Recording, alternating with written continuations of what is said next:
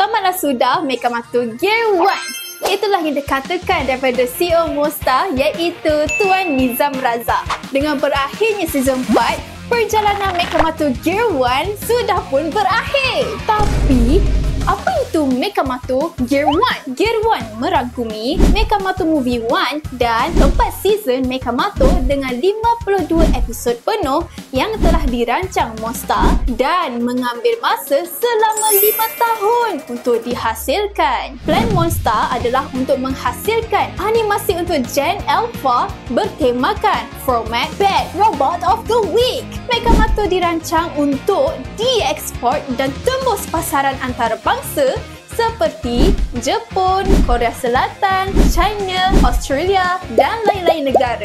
Mekamatu juga dirancang untuk mempunyai mainan tersendiri iaitu Mechanizer.